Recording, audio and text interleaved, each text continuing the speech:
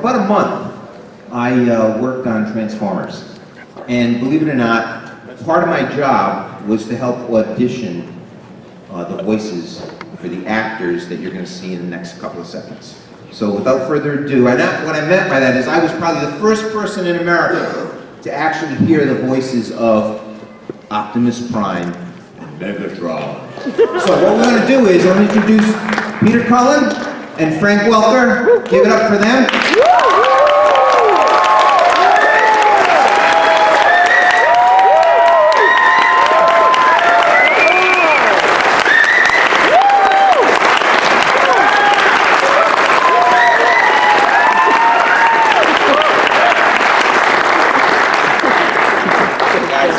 Welcome to Rhode Island. Thank you, Kirk. Very good. Welcome, welcome. All right, want to have a seat? I'm not used to doing panels like this. By the way, this is only the second time I've moderated a panel. So bear with me. So what I'd like to do is we're going to start this afternoon by having both actors. I like to start things from the beginning. So let's start from the beginning with Peter and Frank.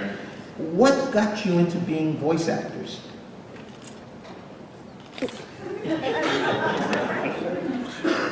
The ad in the picture? He was looking at you. Yeah, he was looking at you. Okay then. Actually, it's a semi-long story. I'll try to make it not quite so long, but when I was a kid, I found that, okay, it is going to be a little long, isn't it? When I was a little kid, actually I knew from the very beginning I wanted to be in show business. And I found that a way to get attention when I was a kid was running through the house naked. And I kept it up until about 22. Then I knew it was time for a change. But actually, I always wanted to be in the business, and I thought I'd like to be a very dramatic actor and all this. And I went out and got into college, got into plays, and I met a gal who said, "You should do commercials." And I said, "Okay." And she sent me to her agent, and I went out on an audition and got the first one. I thought, "Oh, this is really easy." Little did I know, about 12 more auditions after that before I got another, but I worked all through college, did plays, then started doing stand-up comedy, and started doing some television shows and a couple of films, and along the way in this stand-up comedy I was doing my act at a club, and I did a lot of dogs and cats and noises, and this particular night I was doing a dog and cat fight, and this fellow from an ad agency was casting Frisky's dog food commercial. Right down my alley. So I'm up there. Very sophisticated comedy. And he cast me in this Frisky's dog food commercial. And so that was literally my first voice commercial. And then he said, in fact I remember at the time, he says, "Would you like to do a voiceover?" And I thought, "Is it legal?" And then also his fiance worked for ABC, and they were casting a show called Scooby-Doo. So she said, "We'd really like you to come in and read for Scooby-Doo." So I called my agent, and I said, this gal said that I should call you, and you should send me to Hanna-Barbera. And my agent says, "Oh, no, we've already done that. All of our people have gone over there. Just forget about it." So I did. I forgot about it. But she had my number and called me home and said, "Where were you?" I said, "Well, my agent said, forget about it. When do you get over here?" So I went over to Hanna-Barbera and read with Casey Kasem and Don Messick and all these wonderful, wonderful actors, and ended up getting the part of Freddie Jones, and that was 45 years ago. And last Wednesday, we just recorded another show, so that show's been going for 45 years. Wow. And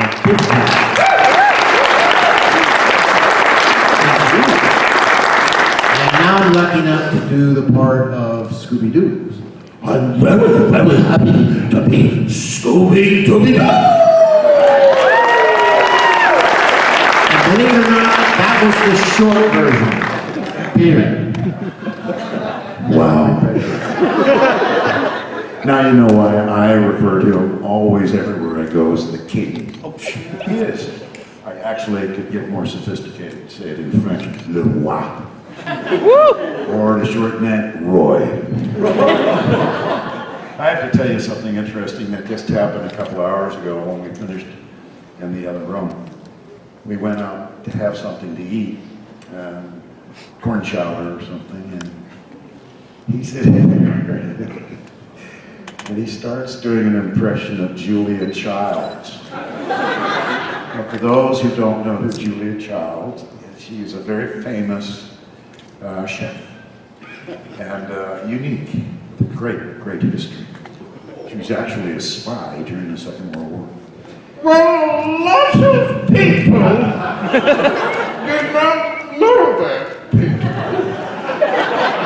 And now they do.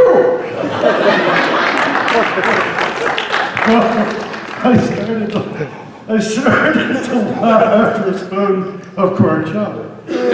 And he's done this to me in the studio many years ago, where he made me laugh while I was about ready to deliver a line, and I'd had just taken a sip of water, and I exploded, and the water came down through my nose, and this is what almost happened today, is the corn chowder almost happened. But that's what this man can do to me very easily. That's why he is the king. Roy? I mean, am I supposed to answer a question? I love to describe. I wanted to He has know no idea what we're talking about. What inspired you to become a voice actor? I think the honest answer to that is I could always make noises and sounds. And when I was in grade school, I even impersonated our teachers. When I came to Hollywood, I realized I was never as good as Frank. And thank God, because I had some Shakespearean training, and I figured, you know, serious acting, I wouldn't have to compete with this guy. And holy crow, you know. We ended up on that first show called Mighty Man and Yuck. I was Mighty Man and he was Yuck. And that was the beginning of many years of gratification to have the opportunity to meet the greatest voice in the world.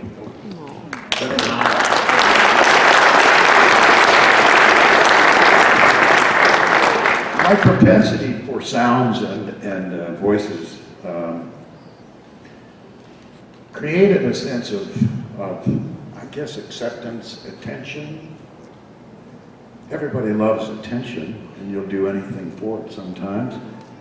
People that are funny have a leg up, because if they can make somebody laugh, it's not only gratifying, but you're getting the attention at the same time. So it gave me little to think about, you know, when you start making your decisions about life. Becoming a farmer kind of disappeared real quick, although I love farming. I just did what my heart told me to do, and that was do what you love best, do what you love. And if you're good at it, you'll just get better. So it started when I was very young. Okay, very good. Yes. Thank you. When as I said earlier, I worked on the Transformers toy brand for a while, and I got to listen to their audition tapes, which were sent to us on the little cassette tapes. And I'd rush to my office and pop them in and listen to them. And part of my job was to make recommendations, because we get a bunch of these tapes from different actors. And part of my job was to make recommendations and which voices I like. We'd usually get 3 samples of different actors. Now, to me, they could have been all the same actor. You guys could have submitted 3 different voices. I never would have known. But what I want to know is, how did you get inspiration to provide voices for non-human or not even living things really, but like Transformers.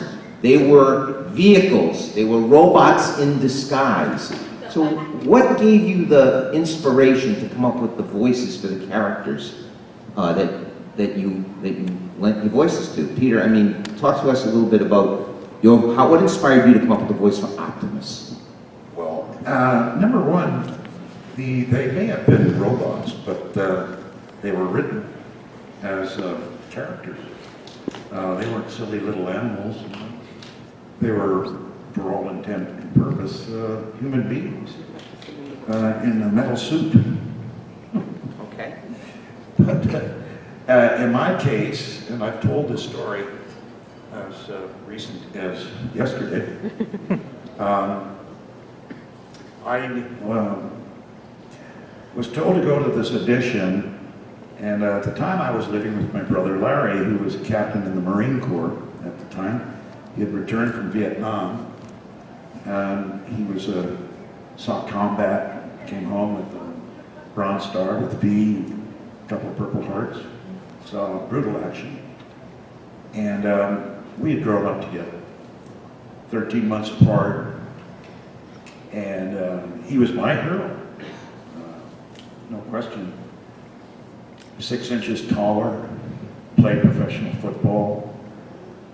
There was nothing he couldn't do. He flew airplanes to the Arctic, twin engines in worst conditions. He taught school. He was a master carpenter, a stockbroker at one time,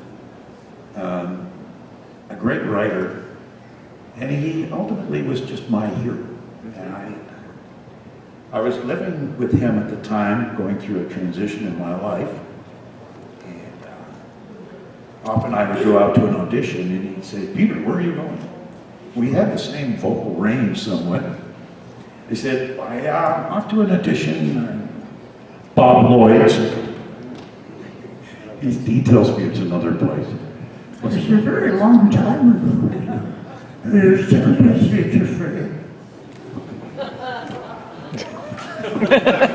Anyway, he asked me where I was going, and I said, "I'm going to audition." "What are you going to audition for, Pete?" And he said, "A truck."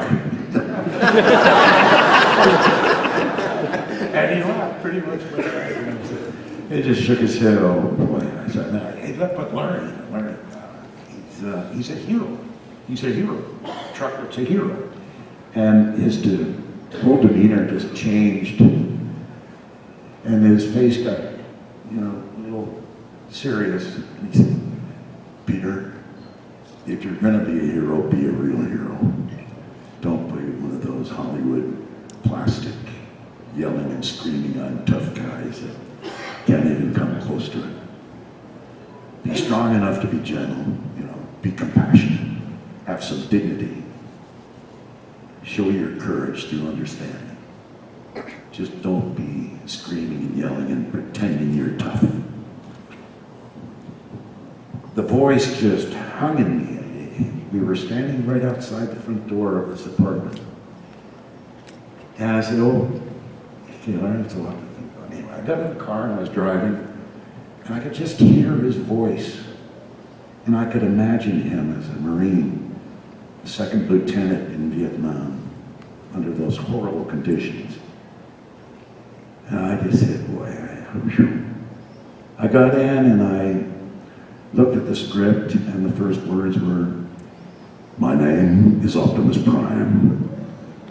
I'm from the planet Cybertron. Our planet," and I went in, this voice of Larry just came right up through my brain and out my mouth. And I walked out and I said, "Wow, I nailed it."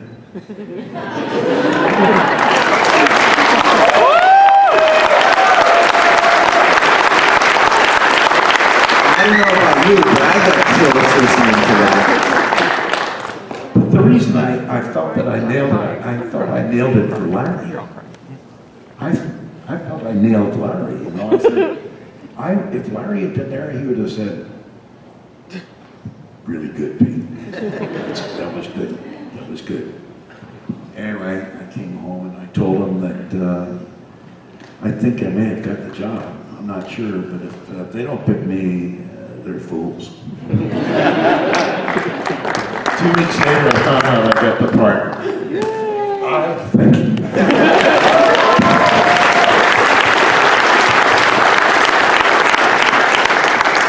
Can you give us a little background as to what inspired you to come up with some of the...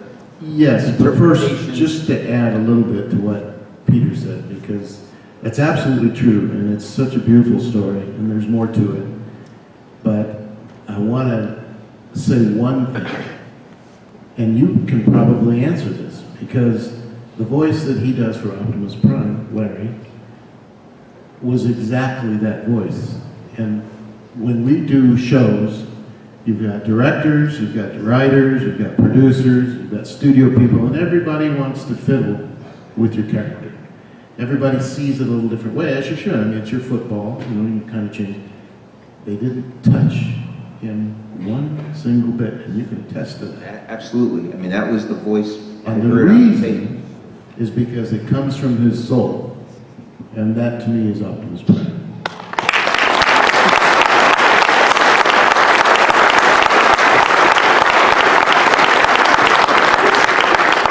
Great. My story is a little bit more prosaic. Actually, I was trying to come up with something different and unique from the pictures that I saw, the drawings that were out there. And I'd had this character and various sounds that I'd do, and everything, you know, you try to be different than other actors, and sometimes it comes from within, and that transcends everything. And sometimes you manufacture the sounds. Well, when I looked at Megatron, I thought, well, he looks like he's in pain and anger, and there's so much going on there, so if I could add like some layers instead of just going, I could just go,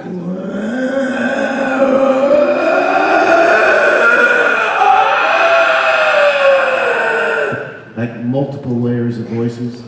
Notice I used to say, and I said this yesterday too, but I used to have what I call the cave of winds. So it sounded like maybe there's 15 people in there.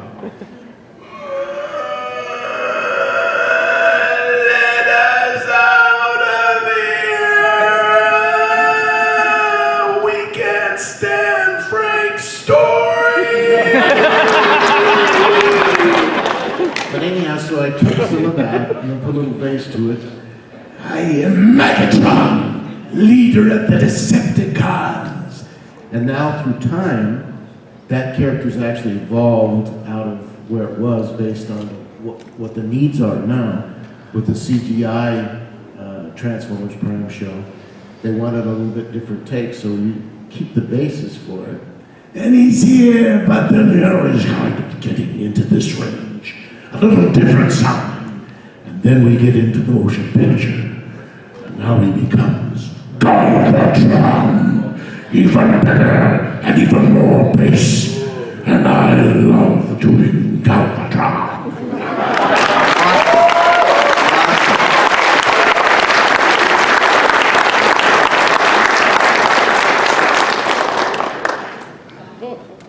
Very good, very good. So here's another thing that's been like floating around in my brain when we were developing the toys and the proposal to do the TV series. At that time, I mean, the animation involved funny animals. Animation involved maybe human superheroes. What did you guys think when you first saw this? Well, first of all, what did you see from Hasbro in terms of reference material? And what did you think? Well, like I was saying, when we auditioned, there was a lot of drawings. Drawings. Okay, that's what I was trying to get to. You know, what is it that you saw? Sketches. Yeah. Okay. Sketches, yeah.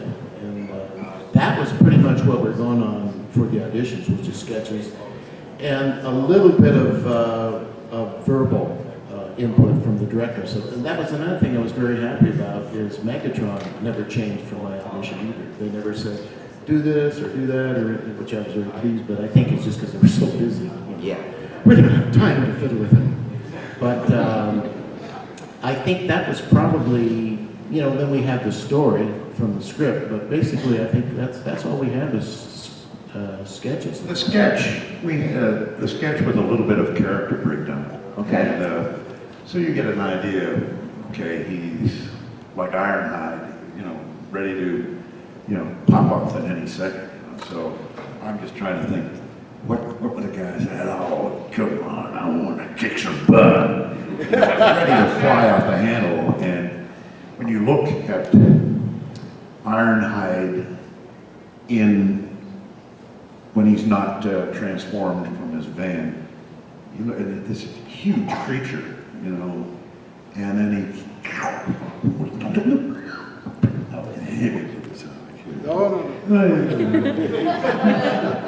Anyway, I just figured, well, it would be a contrast between Prime and Ironhide, and then I did some other characters, I don't know, but I ended up with two rules. And you just say, okay, a guy that's going to fly off at the handle, I figured it's going to be a guy that's all, it's going to be gruff, and he's going to be, oh, gee, really, come on, Prime, let's get in there and do something. I'm getting tired of this, Prime, leaking oil.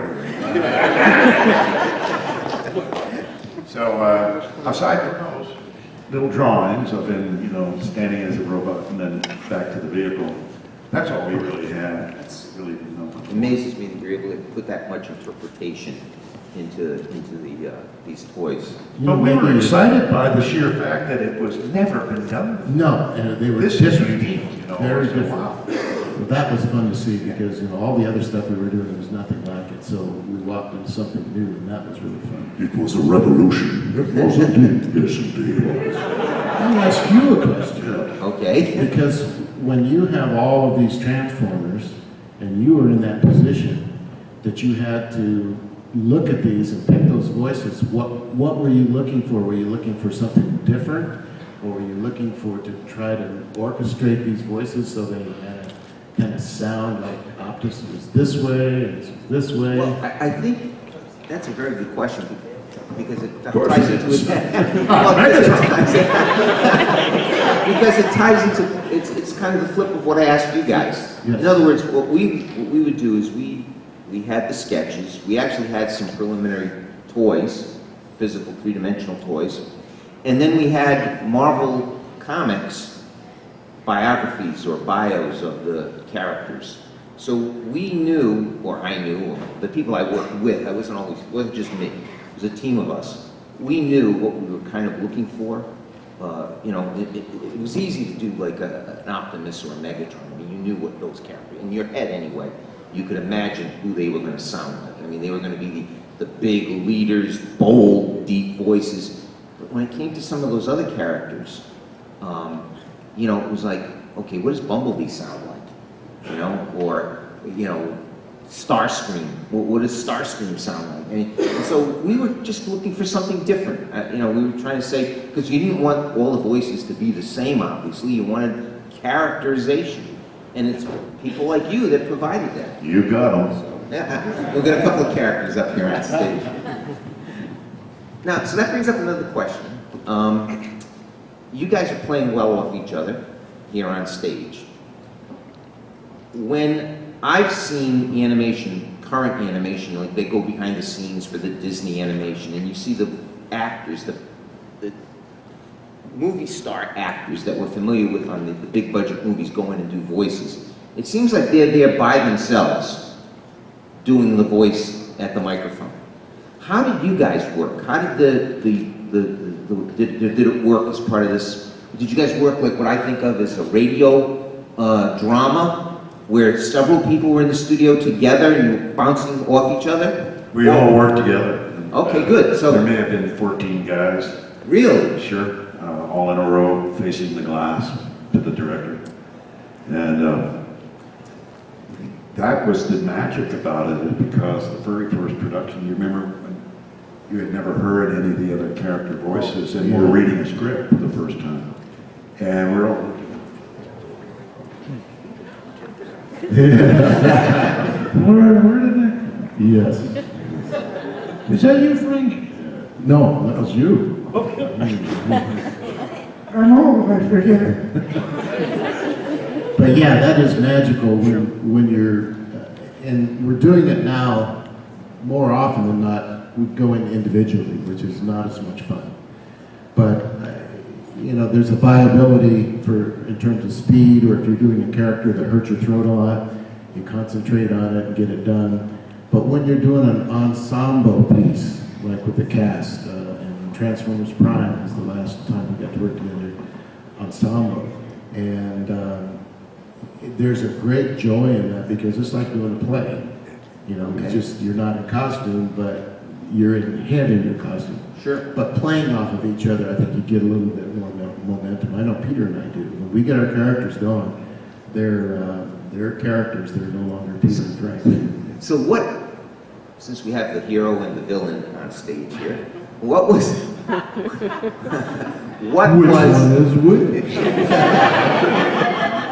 what was it like to battle one another in the studio? What was that like? Sometimes it was hysterical. Because he could crack me up so easily. You know, the fighting stuff is always afterwards. You're making the sounds, and the director's going to ask you, give me some higher, give me some oops, you're getting punched, now you're getting a punch, and oh, you're really getting hurt. You know, it's called, then we get into the walla. But it's exhausting, you know. So fortunately, we don't have to do that, you know, while we're acting out. It's hard to say, you know, Megatron, you know, you will not, no, that's somebody else. I think that was Don't hurt my feelings. Is somebody else? Yes, there's somebody else. I thought I was your only girl. Now I find out there's somebody else.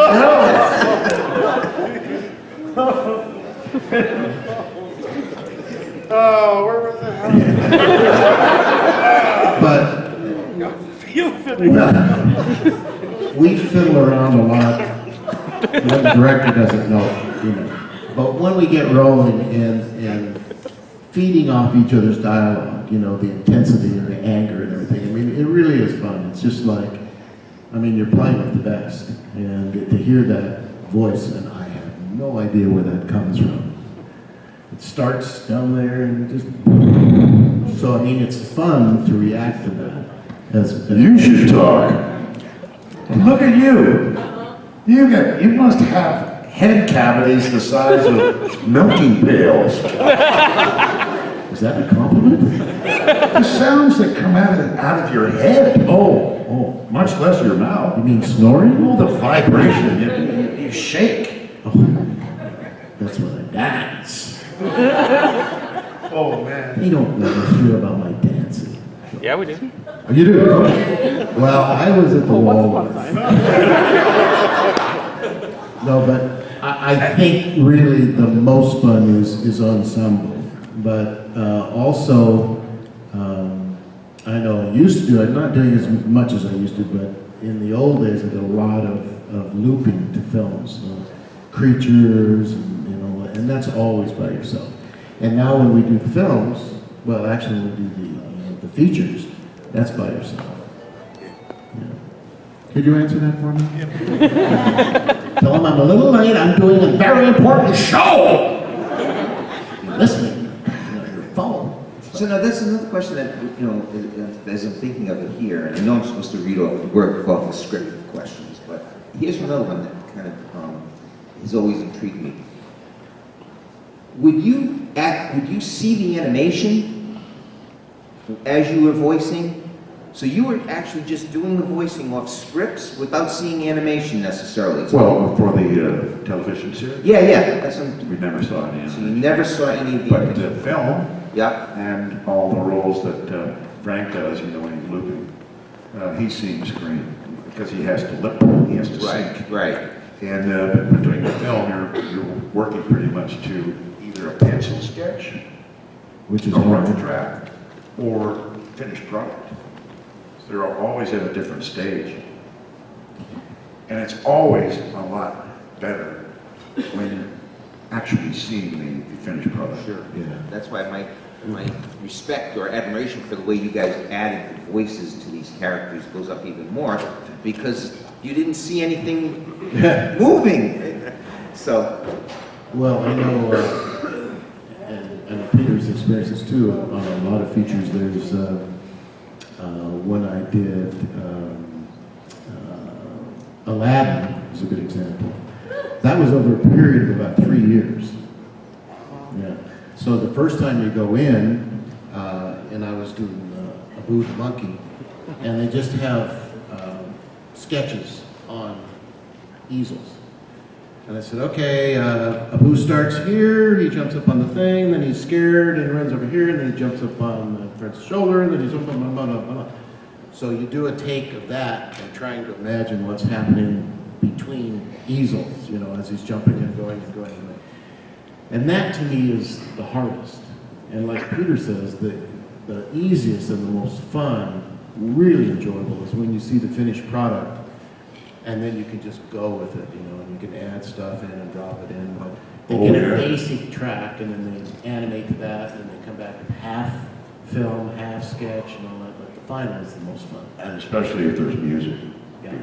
Oh, yeah. I thought I'd mention Yes. music. Did you do a musical? No. so Frank, and just looking at some of the characters that you've done, and obviously Transformers, but talk to us a little bit more about some of the other more lighthearted characters you might have done in the past. Scooby-Doo, obviously one, but talk to us about some of your other favorites. Well, I really enjoy doing Garfield the Cat. Oh, one of my favorites. Well, it's really good because there's so much energy involved. You gotta get up, and the first thing you do is you go for a nice hot plate of lasagna. Then you get up and you take a nap. And then you gotta have some more lasagna so that you can have dinner and take a nap so that you get a good night's sleep. Needless to say, it's one of my favorites. I don't have to work so hard.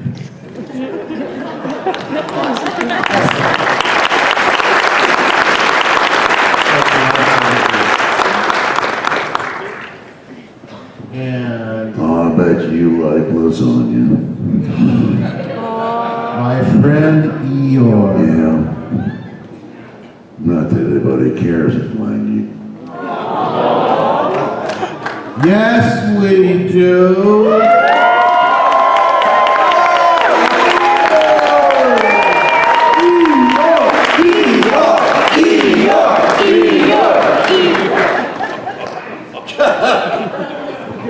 Is that a great voice in though? the car? He was doing his cat, and I was doing the donkey.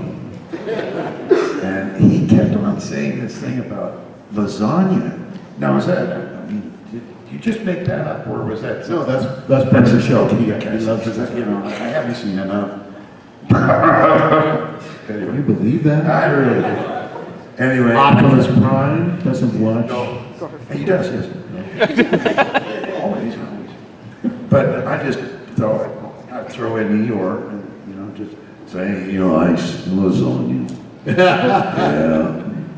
Not that anybody else likes lasagna. But he likes lasagna. And I like Eeyore. So can I come over to your house and eat some lasagna? I got thistles. Thistles? Yeah, thistles. I clean my teeth with thistles. After the lasagna. I love Eeyore. Brilliant, brilliant, brilliant.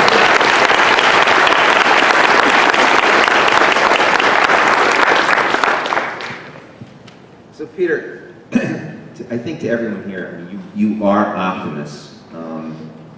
You've played Optimus. I didn't realize this. You've played Optimus in the animation, obviously. I didn't realize you did the voice of Optimus for the films.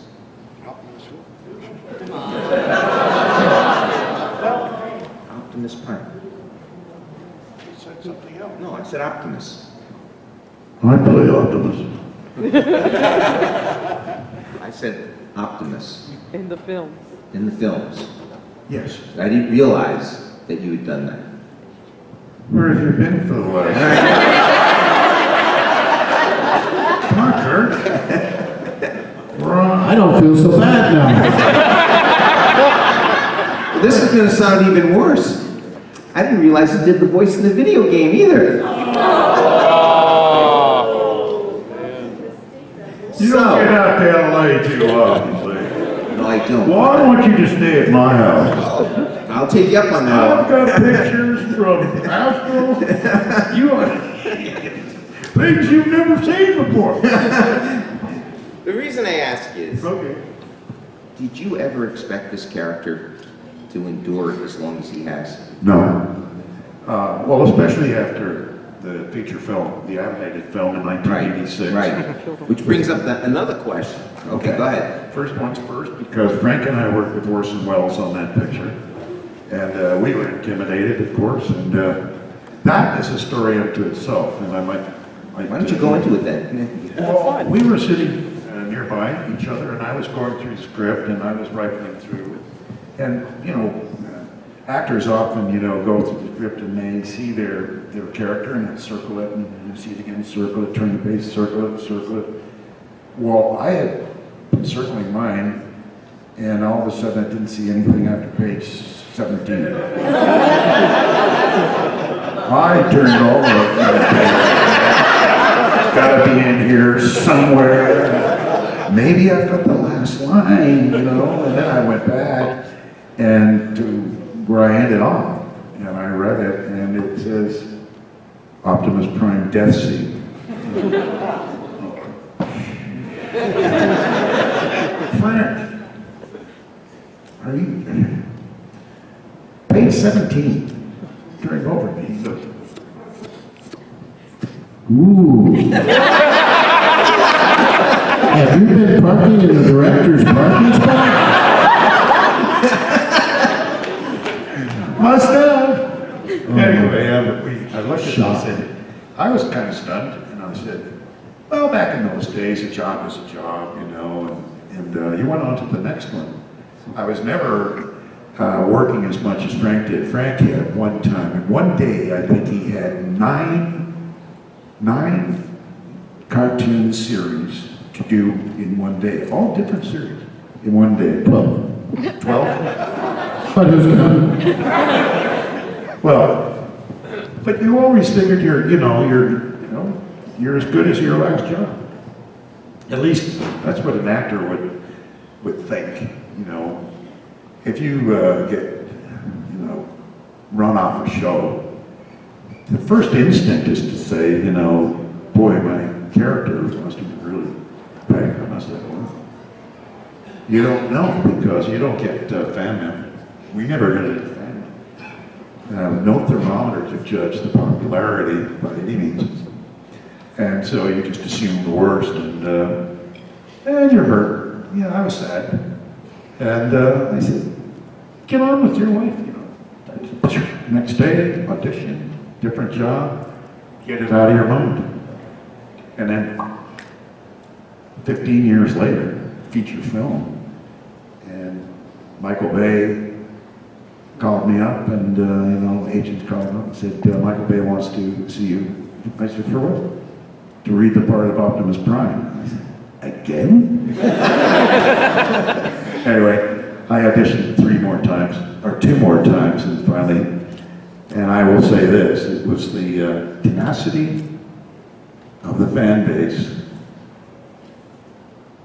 of Generation 1, and the love I have for the fan base is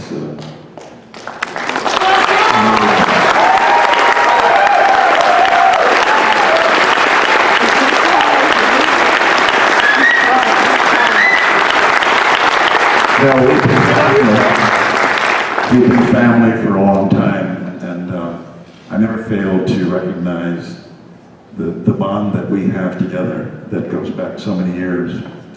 And I'm so grateful for you guys and gals. I'm really grateful.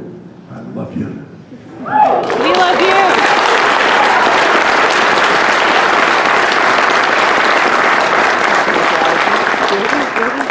See, in comic books, when they kill a character off, you know the character's going to come back maybe in another 9 months or a year. It took 15 years for Optimus Prime to come back. Season 3. But we're glad he did. We're glad he did. Okay, I guess we're close to wrapping up, but what I wanted to know is, who are some of the more popular characters you guys played that you wouldn't mind playing again? Reprising a role, if you can think of any of those.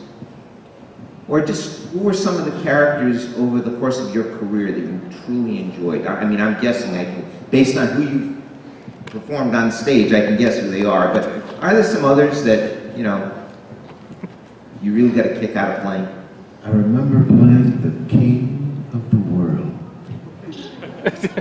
Oh, no, I'm sorry. I was thinking about Peter's character. I'm sorry. I like Slimer. Oh, yay! And Curious George.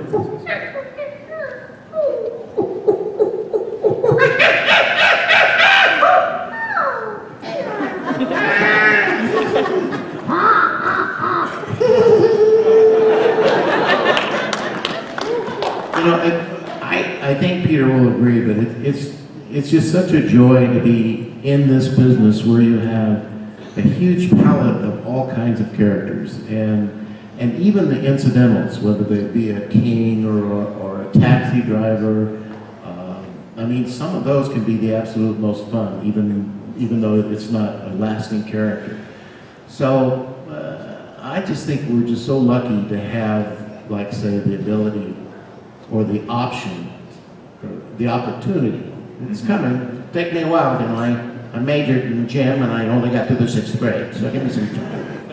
But to have the opportunity to play all different kinds of roles is a real treat. So that's my sloppy answer. I'm sticking with it.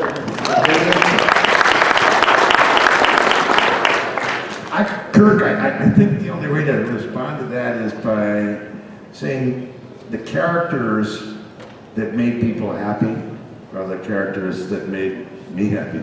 Good. And the characters that had fun, and the characters that could, you know, get a laugh out of somebody. There is nothing quite like being in a session with a whole group of talented actors, and if you can make them laugh, you know, it's hard to imagine you're getting paid. Yeah. You know, they're actually paying me to do this? Oh, sometimes it can be naive, you know. But nonetheless, it's always that sense of what people do to make you laugh, and that's where the joy comes in. You love your work. That's the most important thing in all of life, is to love what you do. I couldn't agree more, and you guys certainly epitomize that. You can sense it being here on stage with you guys. So I look out in the audience, I see some young people in the audience. What advice would you have for anyone who might want to become a voice actor?